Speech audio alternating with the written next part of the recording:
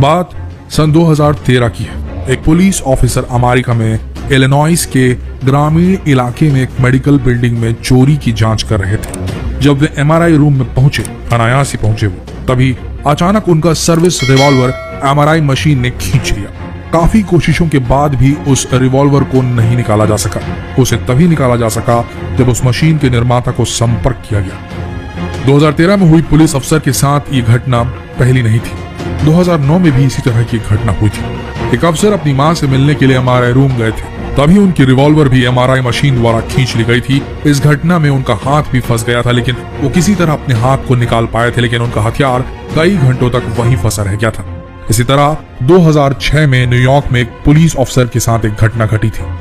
एक police officer gun लेकर MRI room में घुस गए, जिस कारण से उनकी गन को मशीन ने अपनी तेज मैग्नेटिक फील्ड से खींच लिया और इस घटना में गन से गोली भी चल गई, जो दीवार पर जाकर लगी। खुशकिस्मती ये रही कि किसी की जान नहीं गई। एमआरआई का हादसा नंबर 3, डेन महोनी। डेन महोनी एक 79 साल के बुजुर्ग थे जो न्यूयॉर्क मेडफोर्ड के रेडियोलॉजी सेंटर में बुरी तरह से घायल हो गए थे। डेन महोनी के बेटे के अनुसार वहां के लोगों ने बताया था कि एमआरआई रूम में मेटल की वस्तुएं ले जाना बहुत खतरनाक है, लेकिन किसी ने भी डेन महोनी के मेटल वॉकर को, वो वॉकर लेकर चलते थे, उसे रूम के बाहर रखने के लिए कहा ही नहीं। सब ने डेन महोनी के उस वॉकर को नजरअंदाज कर दिया, भूल गए, लापरवाही कर दी। फिर क्या था, जैसे ही महोनी एमआरआई रूम में प्रवेश करते हैं, उनका मेटल वॉकर सीधा छूटकर मिसाइल बन जाता है और मशीन में जा चला जाता है और वो बुरी तरीके से गिर जाते हैं, जिस कारण से उनके सिर पर बहुत गंभीर चोट आती है। 2 दिन बाद उन्हें दिल का दौरा पड़ता है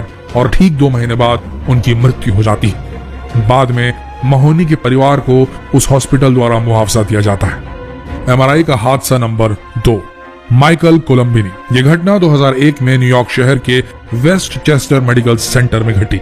माइकल कोलंबिनी 6 साल का बच्चा था जिसके ब्रेन में एक ट्यूमर था और उसकी हाल ही में सर्जरी हुई थी और सर्जरी की प्रोग्रेस देखने के लिए, जो हीलिंग हुई थी उसको चेक करने के लिए एमआरआई कराने की नसीहत दी गई थी। सर्जरी होने के बाद उसे एमआरआई रूम में ले जाया गया ताकि उसकी जांच हो सके। जैसे ही एमआरआई मशीन को चालू किया गया, तभी वहां पर एक ऑक्सीजन सिलेंडर रखा हुआ था, जिसे एमआरआई मशीन ने 20 से 30 फीट प्रति सेकंड के हिसाब से तेज गति से खींचा।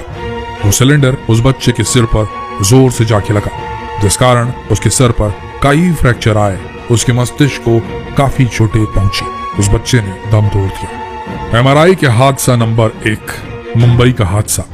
यह घटना 2014 के एक मुंबई के हॉस्पिटल की है। स्वामी रमैया, जो कि एक तकनीकी सहायक थे, वे एमआरआई मशीन को स्कैन के लिए तैयार कर रहे थे, तभी उन्होंने वार्ड बॉय सुनील जाधव को ऑक्सीजन मास्क लाने के लिए कहा। सुनील वहां पर नया लगा था, नया कर्मचारी था, इसलिए उसे एमआरआई रूम के बारे में ज्यादा और पता नहीं था, उसे रूल्स रेगुलेशन नहीं पता थे। लेकिन सुनील को सुनने में गलती हुई कि ऑक्सीजन मास्क लाना है या ऑक्सीजन टैंक। वो भूल गया और उसने 4 फुट का ऑक्सीजन टैंक एमआरआई रूम में घुसा दिया। जैसे ही सुनील मशीन के पास गया, मशीन ने पूरी ताकत के साथ उस सिलेंडर को अपनी ओर खींच लिया, जिस कारण से सुनील और रमैया एमआरआई मशीन और सिलेंडर के बीच बुरी तरीके से फंस गए। ये दोनों उस मशीन में 4 घंटे तक फंसे रहे, क्योंकि उस मशीन का इमरजेंसी स्टॉप बटन काम नहीं कर रहा था।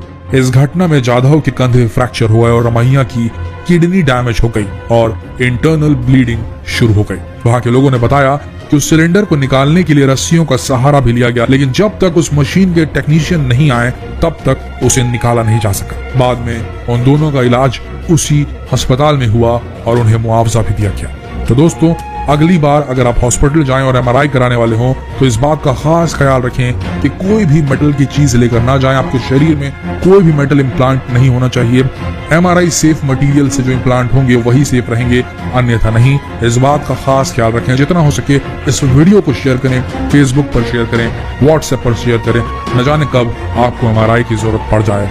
तो मिलते हैं अगले वीडियो में, तब तक के लिए बने रहिए हमारे इस दिलचस्प पेज के साथ, जिसमें आने वाले दिनों में कुछ बहुत ही रोचक वीडियोस डलने वाले हैं। तो अभी फॉलो कीजिए इस पेज को। धन्यवाद।